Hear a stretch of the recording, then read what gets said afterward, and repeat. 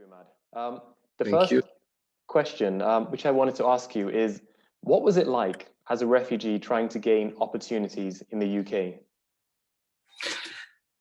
Actually, first of all, I want to thank everyone who, like all the speakers before, but I think, first of all, we need to stop like individual people as like we keep put them in groups. And to be honest, saying that all the refugees are refugees and that's it, it's something making no sense to me. Just divine them what they have to, like what their skills are, what they can do to the society. Like for example, right now in the middle of this pandemic, and we like also our needs to sorry, I'm talking from the storeroom. Okay, so sorry, just give me a minute, guys. Okay, here we go. Okay, sorry again. No worries. So you see an accent now, because honestly, working in the restaurant, it's like, especially now with shortage of stuff, is too much. So we have to be. So anyway, just like with this really hard time for all the world, I know a close friends of me who's really, really good doctors in Syria, but they are not allowed to work.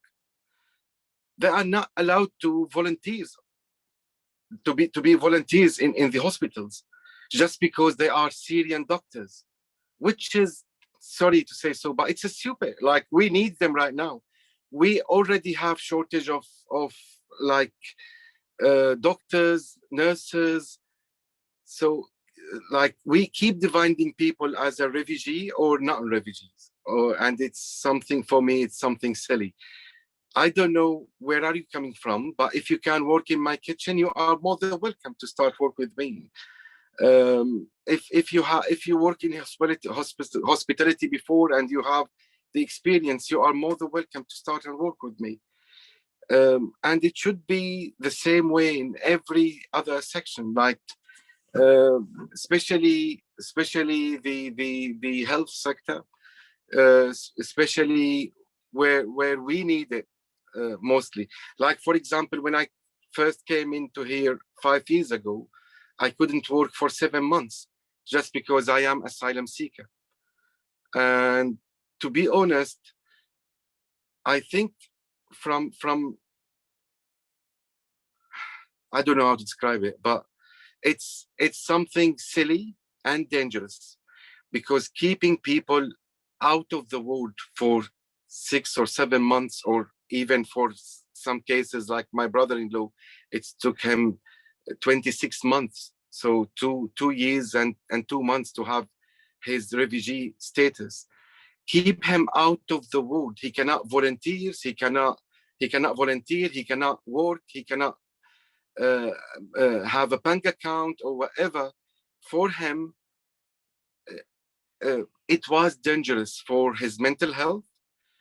And to be honest, keep dividing people like this situation, it's also dangerous, because instead of having these people and make them belong to your society and your culture and your community, you force them to create their own communities inside this big community, which is something really dangerous. I think we need to stop creating new communities. In, for example, I'm very proud to be Londoner, but also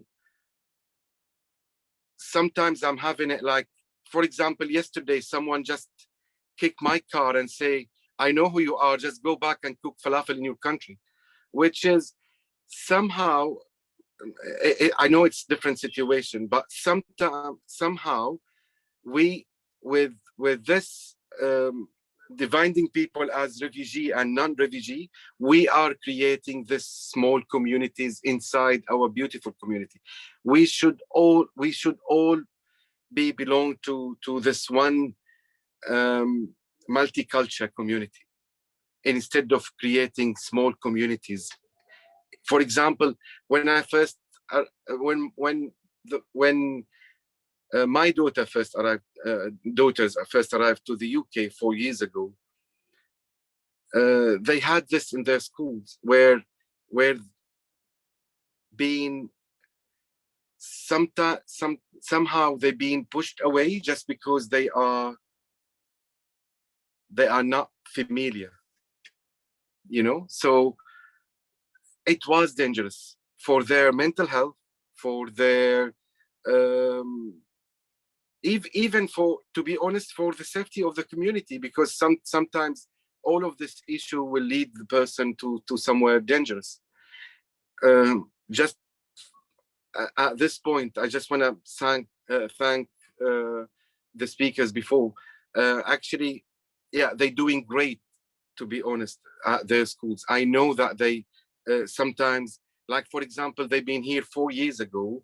My daughter, the oldest one, she got her GCSE levels last year, and she did straight A stars in all of the topics. And actually 5 months after she arrived, she won this competition between, she won the competition spelling from English to French and French to English, and she came third national, even though they, like, English is their third language. So what I mean is, stop dividing people as,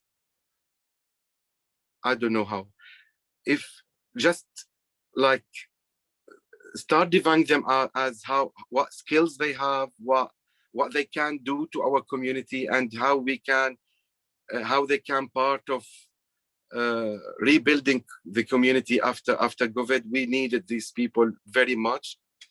And yeah, thank you.